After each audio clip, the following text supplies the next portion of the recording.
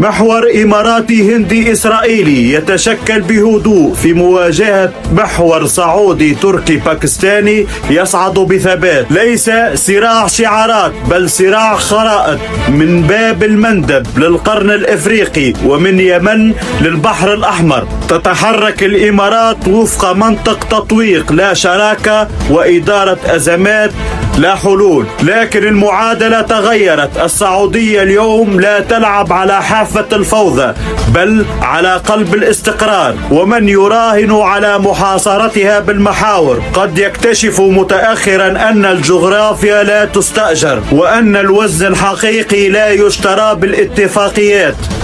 تابعوا هذا الفيديو. ما جرى في نيودلهي ليس صفقة تجارية عابرة ولا زيارة بروتوكولية محسوبة بالصور. الإمارات وقعت مع الهند اتفاقا متعدد الطبقات، تجارة، طاقة دفاع، وتقنيات حساسة. والرقم المعلن 200 مليار دولار ليس سوى الواجهة. الخطر الحقيقي فيما كتب بين السطور: شراكة دفاعية، تعاون نووي، واستثمارات في الموانئ والمطارات، أي التحكم في عقدة التجارة والأمن معا. هنا دخلت إسرائيل على الخط.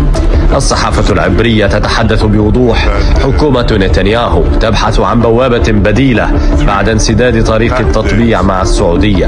الهند هي المفتاح والإمارات هي الجسر. هكذا يتشكل بهدوء محور ثلاثي إماراتي هندي إسرائيلي في مقابل محور آخذ في التبلور: السعودية تركيا باكستان. هذا ليس صراع شعارات بل صراع خرائط، من باب المندب إلى القرن الإفريقي، ومن اليمن إلى البحر الأحمر.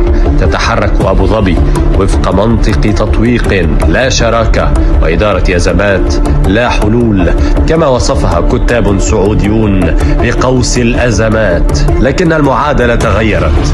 السعودية اليوم لا تلعب على حافة الفوضى بل على قلب الاستقرار، ومن يراهن على محاصرتها بالمحاور قد يكتشف متأخرا أن الجغرافيا لا تستأجر، وأن الوزن الحقيقي لا يشترى بالاتفاقيات.